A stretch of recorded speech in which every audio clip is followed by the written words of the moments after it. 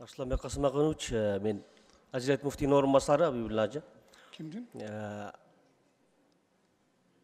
Арам, адал дегенде, арам дегени бул аны колдонууга тыюу салынган нерсени айтылат. Ал эми адал болсо ага тыюу салынбаган нерселер айтылат. Бул албетте адам жатынын биринчиден ден соолугуна, руханиятына дагы пайда зыян болуусу көңүлгө алынган. Негизинен ушундай. Анан арам деген неме, адал, халал деген арабча сөз бизде адал деген терминмен айтылып келет. Түшүнбөдүм. Сиздин азыр түшүнүк берген нерседен эчтеке түшүнбөдүм. Биз шарият көз караш тарабынан айттык. Биз светтик өлкөбүз. Кайсы шариатты айтып атасыз? Саламатсызбы, Арсланбек Касымакынович, кечиресиз. Кайырбеков Алмаз Дамирбекович, Адал индустрия өнүктүрүү борборунун мамлекеттик мекеменин жетекчисимин. Адал бул уруксат берүү, таза жана ак ниет менен жасалган нерсе дегенде, продукция боюнча караганда. Жанакы терминдер, стандарттар боюнча, мисалы, көбүрөлөр айтат, жана малды союлуп атканда Аллах акбар деп союлуп, ушул менен эле бизде баягы дини жактан эле каралып атканда, бирок мамлекеттик жактан караганда, жанакындай союлуп атканда, ушунун баарын жанакы жакшы, мисалы мен эт боюнча айтып бергим келип атат да, союлуп аткан мал соючу жактардын, жанакындай лабораторный текшерүү, ветеринарный жактан, баягы малдын өсүшүн баштап, кандай тамак жем берилип атканы, кантип жана вакцинацияларын берип атканы, антибиотик барбы же жокпу, жанакы ошолордун баарын бүт прослеживаемостун баарын айтканда, ушул таза болуш керек да, разрешено, чисто деген нерсени билдирет. Харам дегенде бул жанакы наджис деп коет да, бул жана стандарттардын терминологиясында бул чочко кошулуп калса, же болбосо кан, мал туура эмес союлса, жанакы падальное мясо или мясо неправильно зарезанное деп түшүнсө да, бул эт жагынан мен мындай түшүндүрмө берип атам да, это разрешено, дозволено, халал. Харам это запрещено. Мындайда, сиз азыр бир кызык нерселерди айтып атасыз да. Бизде ГОСТтар бар. ГОСТ боюнча биз иштеп атабыз. Мына биз бүгүн кир тамакты сиз айткандай адал эмес тамакты жеп атабызбы? Андай эмес. Анда эмне кереги бар буну киргизгени? Бул мындай болуп атпайбы? Бул жанакы жарандар суранып атат. Бизде сиз жанакы Жок, жарандар суранганы өзүлөрү ошол жол менен жасай берсин өзүнүн тамагын. Туура айтасыз. Бирок жанакы Өзүнүн жолу менен. Өзлөрү үйүндө жасасын. Бирок биз эмне үчүн бул мамлекеттин деңгээлге чыгарып атабыз?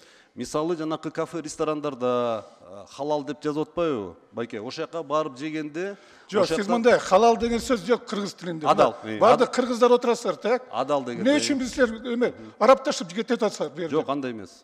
Кыргыз тилинде сүйлөбөйсүзбү? Адал деп атканда кафелерде, бизде жана адал деп кафелерде чыгып атпайбы? Анан ошол жакта потребитель жарандар суранып атат.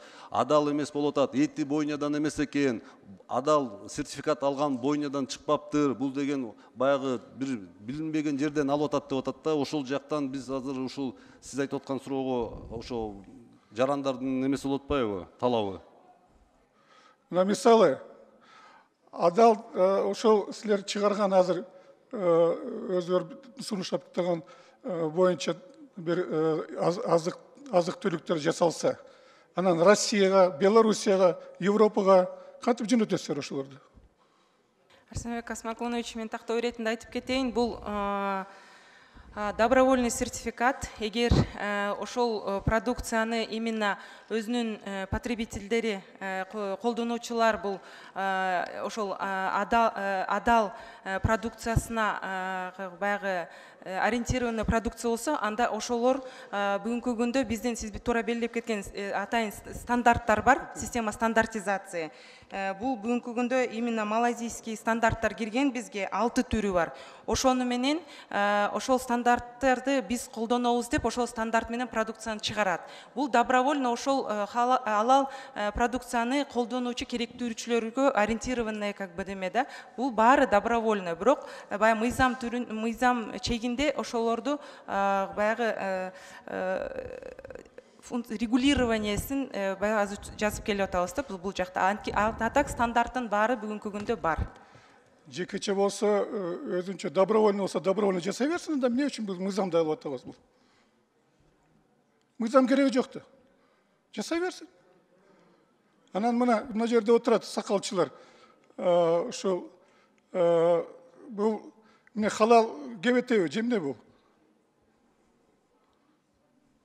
Кыргыздарда атасы түрү болса сакал койбойт. Негизи деп атам да, бул халал кебетеги алып келип атасызбы эми?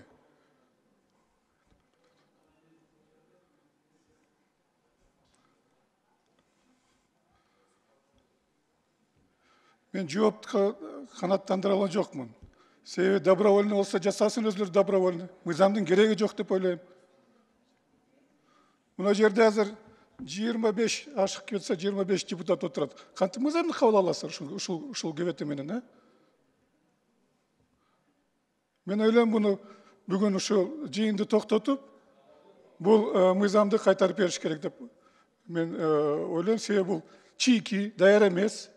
Анан негизи философиясы да туура эмес.